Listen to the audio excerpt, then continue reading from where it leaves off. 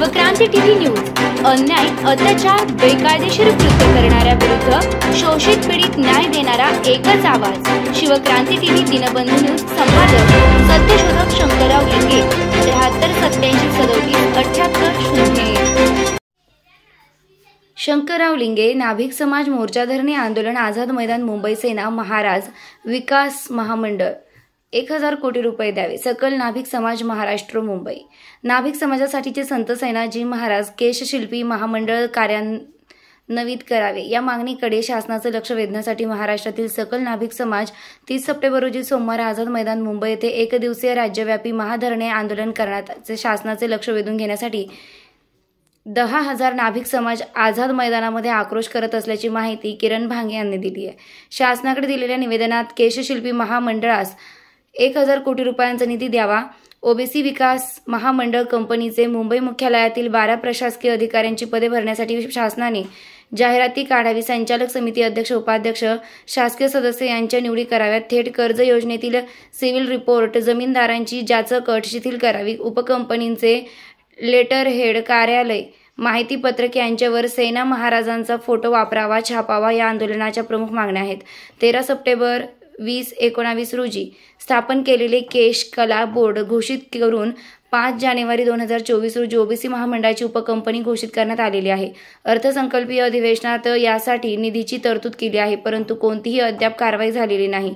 त्यामुळे शासनानं 5 वर्षात समाजाला फक्त आश्वासनांचं गाजर दाखवून फसवणूक केली असायची भावना नाभिक समाजाची झाली आहे। म्हणून महाराष्ट्रातील विविध संघटना एकत्र आल्या आहेत। किरण तुकाराम भांगे, राहणार चाकोरे, तालुका माळशिरस, जिल्हा सोलापूर। सकल नाभिक समाज महाराष्ट्र यांनी पुढाकार घेऊन 2 महिने कष्ट घेऊन समाजाला एकत्र करून आझाद मैदानामध्ये 10,000 लोकांचा समूह जमा केला, परंतु या नाभिक समाजाकडे शासनाने पाठ फिरवली। शासनाचा कोणताही मंत्री या धरणे आंदोलनाला संबोधित करण्यासाठी, त्यांचं निवेदन स्वीकारण्यासाठी आला नाही। त्यामुळे महाराष्ट्रातील संपूर्ण नाभिक समाज नाराज होता। या सभेला प्रदेश काँग्रेस कमिटीचे अध्यक्ष नानाभाऊ पटोले यांनी सांगितले, मी पुन्हा येणार म्हटलेले आले नाही। गेल्या 5 वर्षांपूर्वी आपणाला नुसते गाजर दाखविले, हे सरकार परत कधी येणार नाही। त्यामुळे आम्हीच आपणाला थोड्या दिवसात सत्तेवर आल्यानंतर 1000 कोटी काय लागेल तेवढा पैसा आपणास पुरवण्यास आम्ही तयार आहोत। आपण फक्त या विधानसभेच्या निवडणुकीमध्ये आम्हाला आशीर्वाद द्यावा। मी पण तुमच्यापैकीच एक ओबीसी आहे, त्यामुळे तुम्ही आम्हाला साथ द्यावी। आपणच आपले सहकार्यातून आपले प्रश्न सोडविले पाहिजेत, असं मत त्यांनी व्यक्त केलंय। धरणे आंदोलनामध्ये चांद्यापासून बांद्यापर्यंत विखुरलेला न्हावी समाज 10,000पेक्षा जास्त संख्येनं आझाद मैदानावर उपस्थित होता, परंतु आज त्यांच्या पदरी निराशा आली आहे।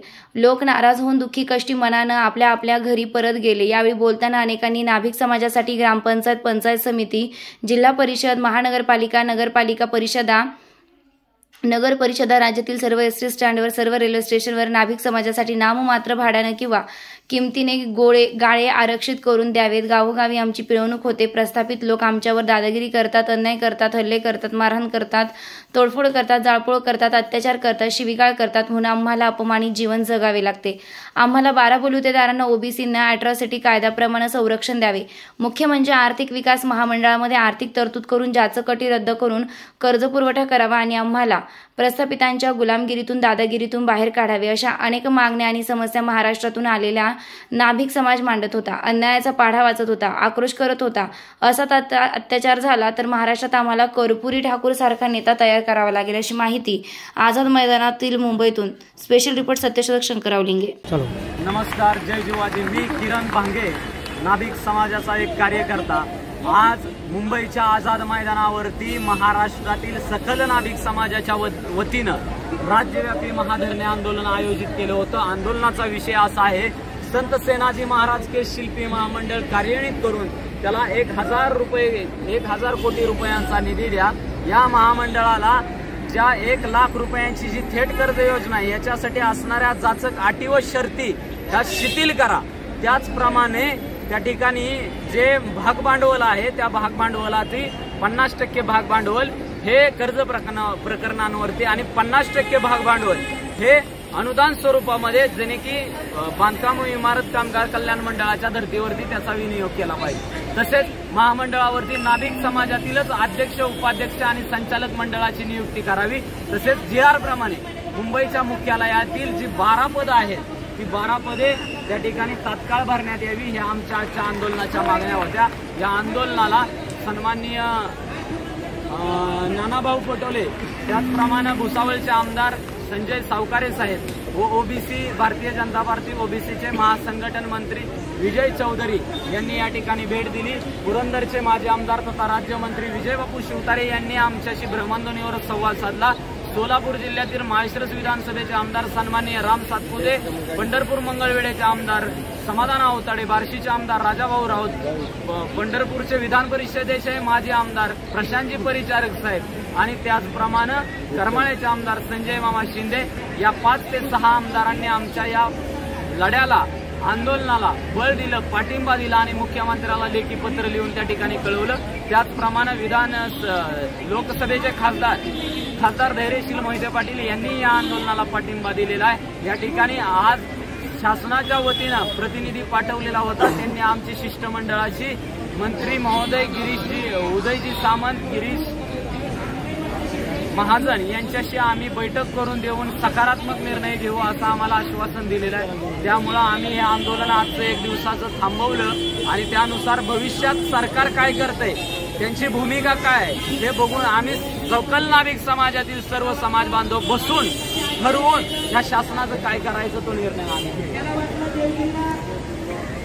आज प्रामुख्यानं जी आपली मागणी होती ती मागणी म्हणजे संत सेना महाराज आर्थिक विकास महामंडळ आणि या आर्थिक विकास महामंडळामध्ये 1000 कोटीचा निधी आणि त्याबरोबर शासकीय कमिटी ही नियुक्ती करावी ही आपली पूर्ण मागणी होती. आता या मागणीला शासनातर्फे कोणीही एक मंत्री आपल्याकडे आला नाही, याला काय समजलं पाहिजे या आंदोलनाला? जे दुर्लक्षित उपेक्षित नाभिक समाज आहे यांना दखलपात्र समजतच नाही की काय, असा मला प्रश्न पडतो. कारण गेल्या 5 सप्टेंबरला मुख्यमंत्री देवेंद्र फडणवीस यांच्या सागर बंगल्यावरती एक बैठक पार पाडली. तिथपासून ते 30 तारखेपर्यंत जवळजवळ 25 दिवसामध्ये आम्हाला याबाबत काहीतरी हालचाली होतील असं वाटलं होतं, परंतु यावरती कोणत्याही अद्याप हालचाली झालेल्या नाही. याचा अर्थ सरकार नाभिक समाजाच्या मागण्यांबाबत दखलपात्र नाही, सरकार नाभिक समाजाला गांभीर्याने घेत नाही. आज साधारण किती माणसांनी कुठून आले होते समजा? महाराष्ट्राच्या 36 जिल्ह्यातून जवळजवळ 10,000 समाज बांधव या आंदोलनाला आले होते. महाराष्ट्रातील म्हणजे उभा महाराष्ट्र, आडवा कोकण, अख्खा महाराष्ट्र आज खऱ्या अर्थाने या आझाद मैदानावरती आला. आता हे सरकार मराठा समाजाच्या आरक्षणाला पाक त्या वडीगुद्रीमध्ये किंवा त्या सराटी अंतरवाली सराटीपर्यंत सर्व मंत्रिमंडळ जातं आणि इथं आझाद मैदानावर एक अर्धा किलोमीटरवर एखादा मंत्री सुद्धा येऊ शकत नाही. म्हणजे आपल्याला अदखलपात्र याच्यानंतरची आपली काय रणनीती असेल? निश्चितच सरकार त्या समाजाबाबत कार्पेट हातरतं, परंतु आम्हाला आक्रोश करावा लागतो. सरकारच्या दारात महाधरणं करावं लागतं, तरी या सरकारला जाग येत नाही. परंतु या सरकारला जागेवर आणायचं असेल तर थोड्याच दिवसात निवडणूक आहेत, म्हणजे घोडं मैदान लांब नाही. आम्ही जरी कुणाला निवडून आणू शकलो नाही तरी आम्हाला कुणाला पाडायचं, आणि आमचा समाज हा समाज व्यवस्थेतील प्रमुख घटक आहे. आम्हाला प्रत्येक माणसाच्या कानामध्ये आम्ही जर जो मंत्र फुंकला तर तो मंत्र चांगल्याला काम लावू शकतो, हे मी या ठिकाणी सांगेन. म्हणजे जर शासनाने जर तुमची आता दखल आज घेतली नाही, म्हणजे आता शासनाला काय 4-8 दिवसामध्ये आचारसंहिता लागू शकते. त्याच्या अगोदर जर निर्णय नाही झाला तर मग आपली पूर्ण भूमिका आहे की या सरकारच्या विरोधात आपण मतदान करणार आणि त्यांची जागा त्यांना दाखवून देणार. बरोबर आहे. हे बघा कसं आहे, प्रस्थापित आणि विस्थापित ह्या एकाच नाण्याच्या 2 बाजू आहेत. आमचे समाज बांधव जे धनगर आरक्षणासाठी लढतायत त्यांना एका सरकारनं आश्वासन दिलं होतं, ते प्रस्थापित होते त्यावेळेस, नंतर ते विस्थापित झाले. परंतु विस्थापित झाल्यानंतर त्यांनीही काय केलं नाही, जे सत्तेत गेले त्यांनीही काय केलं नाही. म्हणजे हे एकाच नाण्याच्या 2 बाजू आहेत. त्याच्यामुळं आता आम्हाला प्रस्थापित पण नको आणि विस्थापित पण नको. आम्ही सरसकट नोटाला मतदान मारणार, कारण ह्या राजकीय हरामखोरांची लायकीच नाही, हे माझं मत आहे. नाही, माझं मत आहे की तुम्ही नोटाला वगैरे मतदान करू नका, कुणाला पण द्या. नोटाला दिल्यानंतर आपली किंमत हे जर नाही, कोणाला तर प्रस्थापित पाडलं, पण कोणाला तर त्याच गुणाचे आहेत आणि विस्थापित पण त्याच गुणाचे आहेत. नाही, कोणाला तर पाडलं पाहिजे, कोणाला तर निवडलं पाहिजे, कोणी हे तिसऱ्या. बघा, तसं असेल तर आमच्या समाजातील आमच्या हक्काचा एक पक्ष आहे हा, हा. सेवा पक्ष, त्या ठिकाणी आम्ही तिथून उमेदवार प्रत्येक मतदारसंघात उभा करू किंवा जो ओबीसीचा काय पक्ष ठरवेल त्या पद्धतीनं आम्ही सरकार. तुम्ही काय पण करा, परंतु मतदान आपलं वाया घालवू नका. ठीक आहे. एवढेच आपल्याला विनंती आहे. आज चांगला मेळावा आपण घेतला, इतकं कष्ट घेतलं. 10,000 लोक नाभिक समाजाचे या महाराष्ट्राच्या इतिहासमध्ये मी पहिल्यांदाच इथं हा मेळावा पाहिला होता. अतिशय कष्ट तुम्ही घेतलेले होतं, पण या कष्टाचं या सरकारला चीज समजलं नाही.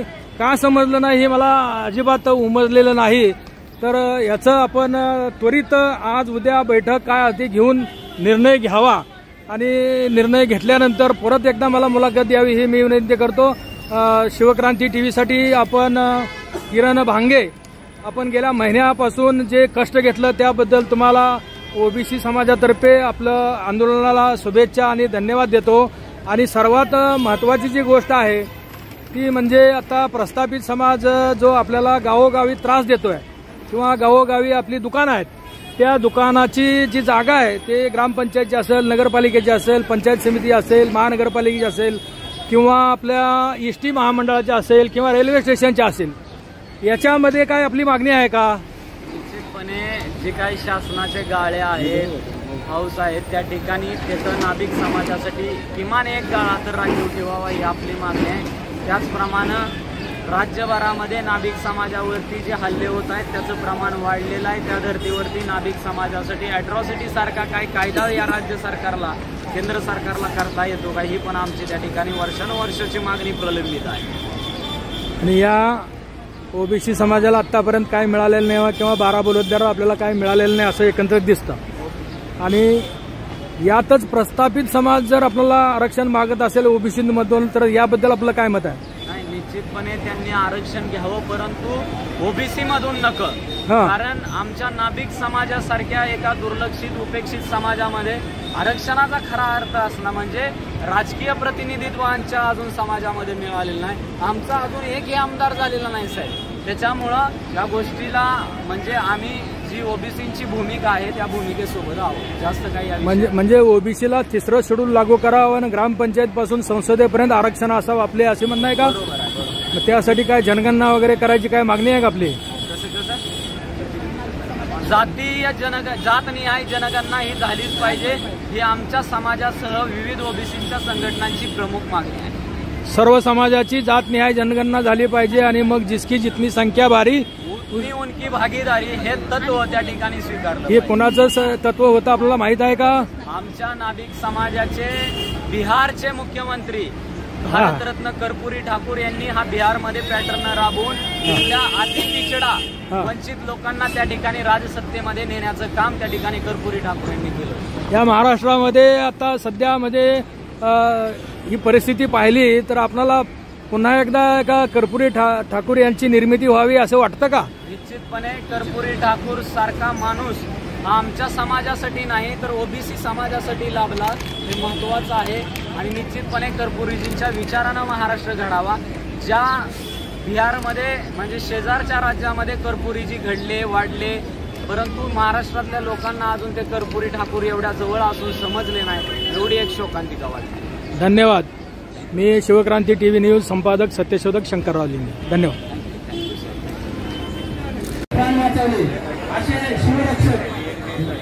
शिवाजी महाराज त्याचबरोबर छत्रपती शिवाजी महाराज म्हणून वीरमरण पत्करलेले शिवाजी काशीद यांच्या स्मृतींना मी अभिवादन करतो. आता आज या ठिकाणी आपण खूप मोठ्या संख्येने म्हणजे आम्हाला अपेक्षा नव्हती इतक्या मोठ्या संख्येने तुम्ही उपस्थित राहिलेले आहे. खरं तर तुमची लढाई आहे आणि आपण ज्या मागण्या करतो म्हणजे सरकारला मागण्या मागतो त्यासाठी सरकार पॉझिटिव्ह आहे. हे वेळोवेळी आमची चर्चा होतीये, पण नुसतं पॉझिटिव्ह असून चालणार नाही. आमच्या मागण्या नुसत्या कागदावर नको, नुसत्या घोषणा नको, आम्हाला त्या प्रत्यक्षात अंमलबजावणी झाली पाहिजे. प्रत्येक सरकार येतं, घोषणा करतं आणि घोषणा करून आमच्या तोंडाला पाणी पुसतं.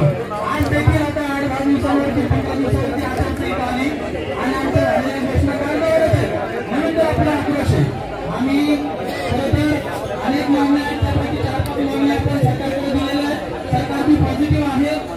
मी राज्य सरकारचा प्रतिनिधी देखील आहे. ओबीसी प्रवर्गाचं पद आहे माझ्या शिवसेनेचं. त्यामुळे निर्णय संपर्क एवढे सांगतो मी जे या मागणी 15 वर्ष पूर्ण नाही झाल्या तर या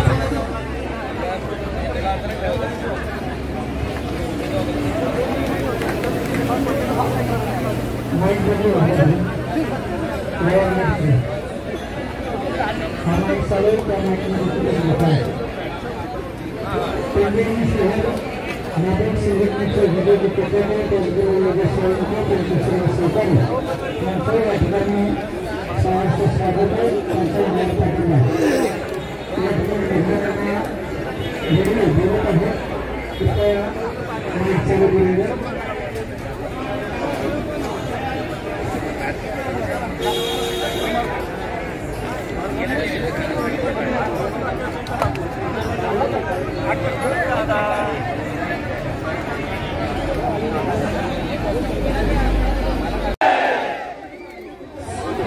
संत शिरोमणी सेना महाराज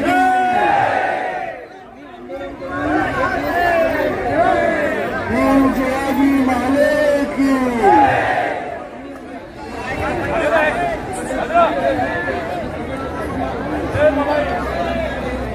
आपण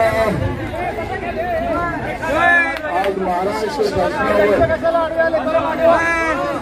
महाराष्ट्रातील आज हातावर कमवणारा आणि खाणारा जो समाज आहे, समाजातील संपूर्ण समाजाला मेहनत करून सुंदर बनवणारा समाज आणि सगळ्यात हुशार समाज असून सुद्धा या समाजाला 75 वर्षाच्या नंतर सुद्धा महाराष्ट्र शासनावर आपल्या ज्या न्यायिक मागण्या आहेत त्या मागण्या पूर्ण करण्यासाठी काम सोडून आपल्याला या ठिकाणी यावं लागलं हे खऱ्या अर्थानं तुमच्या आमच्यासाठी बहुजनांसाठी आपल्यासाठी शोकांतिका आहे. आणि म्हणून मी या ठिकाणी आजपर्यंत जे काही आमच्या नाभिक समाजाचे प्रश्न आहेत त्या प्रश्नाला गांभीर्याने बघितलं गेलं नाही हे आम्ही सगळ्यांनी मान्य केलं पाहिजे. आणि या ज्यानंतर आपल्या नाभिक समाजाला भविष्यात असा मोर्चा आणायची वेळ पडू नये अशा पद्धतीचं नाभिक समाजासाठी शासनाने धोरण बनवावं ही भूमिका या ठिकाणी घेऊन आपण सगळे आलेले आहात. त्याबद्दल मी आपल्या सगळ्यांचं मनापासून धन्यवाद देतो. आपल्या सकल महाराष्ट्र नाभिक समाजाचे या ठिकाणी असलेले अध्यक्ष, त्यांचे सगळे सहकारी, सगळे पदाधिकारी, सगळ्या जिल्ह्यातून या ठिकाणी आज मला माहित आहे की आज महाराष्ट्रातल्या कान्याकोपऱ्यातून कांद्यापासून बांद्यापर्यंत या ठिकाणी आमच्या सगळे नाभिक समाजाची सगळी तरुण मंडळी आणि आमच्या भगिनी या ठिकाणी आलेले आहेत. आमच्यासोबत आलेले आमचे ओबीसी विभागाचे प्रमुख रामदास माळी साहेब, काँग्रेस पक्षाचे नेते प्रकाश सोनवाने साहेब, आमचे विधिमंडळात काम करणारे आणि साहेब होते आपल्या समाजाचे आहेत, वाघमारे साहेब, सगळेजण. मी आता या ठिकाणी सगळ्यांचं नाव न घेता मी खरं तर आमचं जे महाराष्ट्रातलं जे नालायक सरकार आहे या सरकारला टाळण्यासाठी आमचं जे महाविकास आघाडीची मिटिंग चाललेली आहे आणि हे मिटिंग चालत असताना मी अर्धा तास तिथून चालून इथं आलेला आणि मी मुद्दामून तिथं सांगून आलोय की पूर्ण महाराष्ट्रातून आमचा हा नाभिक समाज इथं आलेला आहे. मला त्यांना भेटायचं आहे, त्यांचं घराणं ऐकायचं आहे आणि महाराष्ट्रातलं आता विधानसभेच्या ज्या निवडणुका होतात त्या ठिकाणी नाभिक समाजाचा प्रश्न प्रामुख्यानं महाविकास आघाडी आम्ही म्हणून मांडू आणि त्याला पूर्णत्वास नेण्याचा एक संकल्प घेऊन इथं आलेला. मला विश्वास आहे की मी आता फडणवीसची भाषा इथं वापरणार नाही. मला आठवतं की आपल्या अनेक जिल्ह्यामध्ये 2014 ते 19च्या या काळामध्ये फडणवीस राज्याचे मुख्यमंत्री होते आणि ते भविष्यात कधीच बनणार नाहीत. आता होते म्हणजे ते पुन्हा पुन्हा येईल असं म्हणतात, पण ते पुन्हा येणार नाही. आणि त्यांनी ज्यावेळेस आमच्या समाजाच्या बद्दल जे आक्षेप काढले होते, भावना दुखावलेल्या होत्या, त्यावेळेस आपल्या समाजाने जो निर्णय केला होता की भाजपवाल्याची कटिंगच करायची नाही. मग आखरीची माफी किती मागून आपला समाज मी म्हणून सांगितलं, आपला समाज हुशारपण आहे आणि स्वाभिमानी पण आहे. ना भीकचा अर्थ भीक न मागणारा समाज, मेहनतीने उभा होणारा समाज, जीवा मानल्यानंतर वर्ष असलेला हा समाज, हा स्वाभिमानी समाज याने निर्णय केला आणि मग त्यांनी माफी मागितली आणि मग त्याच्यानंतर त्यांना आपण त्यांची फादरावायला आपण सुरुवात केली.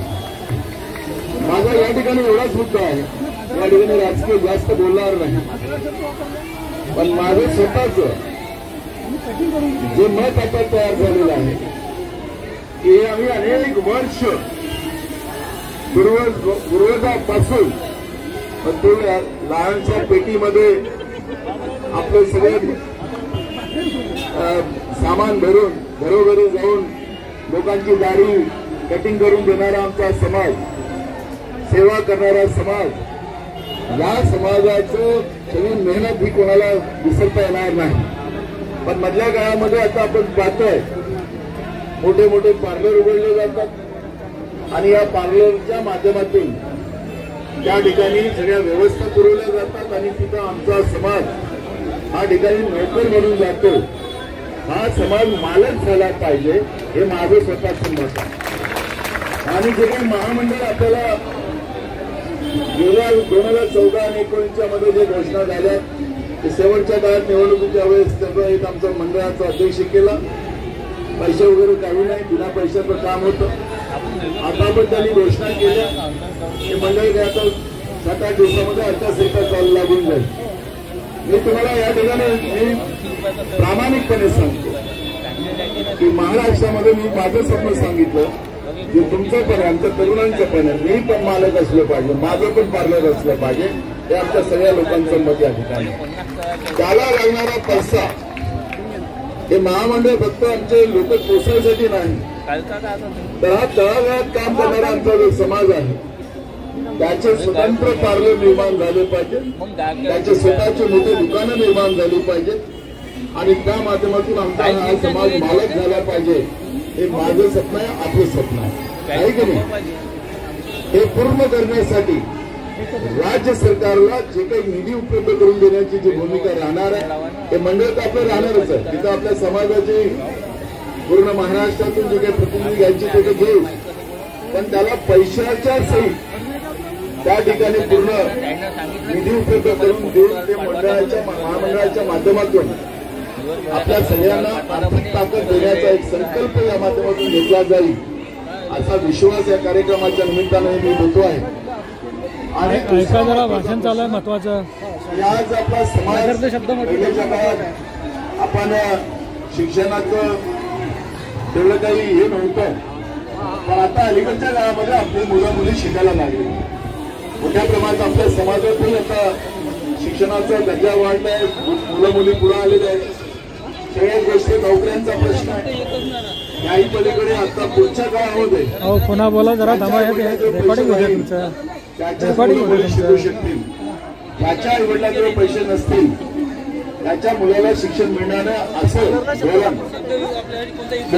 हम नाही सुधारेंगे, याला आम्ही काय करेंगे. 2021-2022 या काळातलं जे आर्थिक शैक्षणिक धोरण जे बनवलेलं आहे, त्या शैक्षणिक धोरणामध्ये जेवढ्या आपल्या जिल्हा परिषद शाळा असतील, नगरपालिकेच्या असतील, खाजगी शाळा असतील, या शाळेमध्ये शिकायचं असेल, आता जवळपास जिल्हा परिषद शाळा बंद करायचा, हजारो शाळा बंद करायचा निर्णय केला. आता खाजगी शाळेमध्ये सुद्धा त्याला पगार जो आहे शासन देत होतं ते सुद्धा आता शासन देणार नाही. फीस घेऊन तुम्ही आता शिक्षणाचे पगार द्या आणि त्या पद्धतीचं बोजा आता सामान्य लोकांवर देण्याचा निर्णय त्यांनी केला. त्याच्यामध्ये पोस्ट ग्रॅज्युएट पण असेल, ग्रॅज्युएशन असेल, सगळ्या पहिलीपासून आपल्या शेवटपर्यंत कसं आहे ग्रामीण भागामध्ये आपल्या समाजाची परिस्थिती पाहिली काय दयाळू आणि त्याच्यामुळे आपल्या ग्रामीण भागामध्ये राहणारा आपला समाज त्यांची मुली उद्याच्या काळात शिकणार की नाही, शिकायची व्यवस्था होणार की नाही हाही प्रश्न आपल्या सगळ्यांच्या समोर आहे. त्यामुळे मी तुम्हाला सांगतो की महाराष्ट्रामध्ये पहिली ते ग्रॅज्युएशन, पोस्ट ग्रॅज्युएशन हे शिक्षण मोफत झालं पाहिजे. आणि जे काही शिक्षण आमचा अधिकार आहे, आरोग्याच्या व्यवस्था आमचा अधिकार आहे, पण शिक्षण आणि आरोग्य आज आपल्या राज्यामध्ये संपलेलं आहे. माणसं दवाखाने सरकारी सगळे जातात आणि आरोग्यावरच निघतात अशी परिस्थिती आज राज्यात आहे. तरुण लोक कोरोनाची लस घेतली तेव्हा ते तरुण लोक अटॅकने जातात, कोणाला ब्रेन हॅमरेज होतात, असं चित्र आपण पाहतोय. आरोग्याच्या व्यवस्था संपल्या आणि म्हणून या सगळ्या व्यवस्थेतला एक बदल आपल्याला पुढच्या काळात आणावं लागेल. कारण की हे शिवा महाराजांचं राज्य आहे, हे शाहू फुले आंबेडकरांचं राज्य आहे, हे छत्रपती शिवाजी महाराजांचं राज्य आहे. याच राज्यामध्ये आरोग्य आणि शैक्षणिक व्यवस्था नसेल तर मग आपण हे 12.5 आपल्या या 12 जाऊ जाती आहेत आपल्या या सगळ्या उद्याच्या काळात संपुष्टात येईल अशी परिस्थिती आज निर्माण झालेली आहे. आणि म्हणून या सगळ्या गोष्टीतला एक बदल या महाराष्ट्रामध्ये आणण्याचा एक संकल्प माझ्या सकट आमची सगळी महाविकास आघाडी म्हणून आम्ही करतोय. आणि मला विश्वास आहे की जे मागच्या काळात आपला समाज हा त्यांच्या प्रलोभनात फसला होता त्याच्या बाहेर येऊन शाहू फुले आंबेडकरांचा महाराष्ट्र हा शाहू फुले आंबेडकरांचाच आणि जिवा महाराजांचा आणि छत्रपती शिवाजी महाराजांचाच महाराष्ट्र राहिला पाहिजे, हा गुजरात भारताने नसला पाहिजे. यासाठी तुम्ही सगळ्यांनी आम्हाला महाविकास आघाडीला आशीर्वाद द्यावा ही आग्रहाची विनंती मी करतोय. मी तुम्हाला पैशाची मी तुम्हाला हे सांगतात मला प्रकारची 1000 कोटी मी तुम्हाला सांगतो त्याला मोठा 1000 कोटीचा नाही लागेल तेवढ्या पैशाचं. कारण जिथपर्यंत आपल्या समाजातला हा 12 बलुतेदार समाज जो आहे मी काल अनेक समाजाच्या मिटिंगा घेतल्या, सगळे समाजाचे प्रमुख बोला वडार समाज असतील अनेक समाज आहेत की अजूनही त्यांनी स्वातंत्र्याचा सूर्य पाहिला. अजूनही खूप समाज आपल्या राज्यामध्ये या शाहू फुले आंबेडकरांच्या महाराष्ट्रामध्ये अजूनही त्यांनी स्वातंत्र्याचा सूर्य पाहिला नाही असे समाज अनेक आहेत. आणि म्हणून या समाजाला जिथपर्यंत आपण बरोबरीत आणत नाही त्याला मुख्य प्रवाहात आणत नाही. आपण पाहतो अलीकडच्या काळामध्ये गरीबाला 3,000 रुपये दिले, आमच्या गजुनीला दिले तर त्याच्या मोठ्या जाहिराती होत. पण अदानी अंबानीला पैसे ते दिले जातात. आताच अनिल अंबानी, मुकेश अंबानी नाही, मुकेश अंबानी अदानी हे तर आता त्याला सगळे विकून देऊन राहिलेले आहे. अनिल अंबानीला 6 महिन्याच्या पहिले 1,700 कोटी रुपयाचं कर्ज त्याचं माफ केलं आणि का जाहिरात केली वाचली की नाही. पण आमच्या भगिनींना 1,000 रुपये दिले जातात आणि त्याच्यावर हजारो कोटी रुपये नुसतं जाहिरात म्हणजे आम्हाला 3,000 रुपये दिले तर त्याची जाहिरात, आम्हाला काही दिले नाही तरी त्याची जाहिरात. पण हजारो कोटी रुपये, लाखो कोटी रुपये या अंबानी अदानीचे माफ केले जातात, तिथं जाहिरात त्याची होत नाही. आणि मला आमचे पैसे जीएसटी हा आमचा पैसा आहे. आज तुम्ही दुकानामध्ये काम करता, तुम्हाला प्रत्येक गोष्टीला जीएसटी लागते. जीएसटी मध्ये तुमचा पैसा चालला, तो पैसा सर्व अदानी अंबानीच्या घरी चालतो. मेहनत करतो आपण आणि आपला पैसा अदानी अंबानीच्या घरी. कर्ज माफ करायचं असेल तर त्याला पूर्णच्या पूर्ण कर्ज माफ केलं जातं. आपल्याला एखादी सोयी जागा पाहिजे, आपल्या नाभी लोकांचे समजा नाभिक समाजाचं दुकान असेल आणि ते सरकारी जागेत असेल तर तो तहसीलदार येतो, नगरपालिकावाले येतात, नंतर अतिक्रमण काढतात. आपण जमिनीचा पट्टा मागितला, पट्टा मिळत नाही. पण अदानी अंबानीला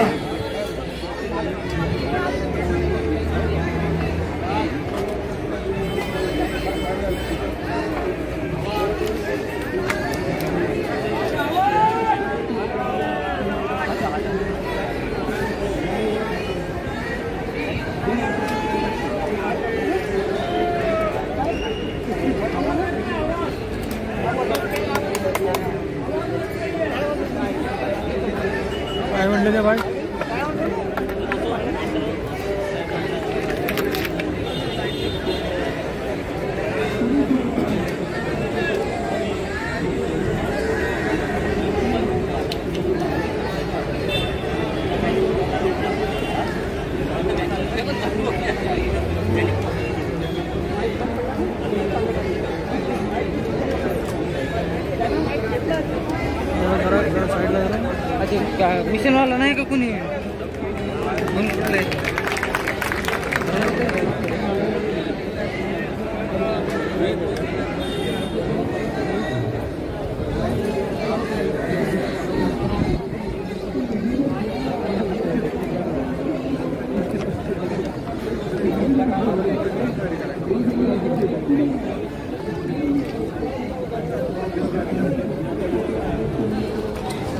मिशन वाले कोण आहे?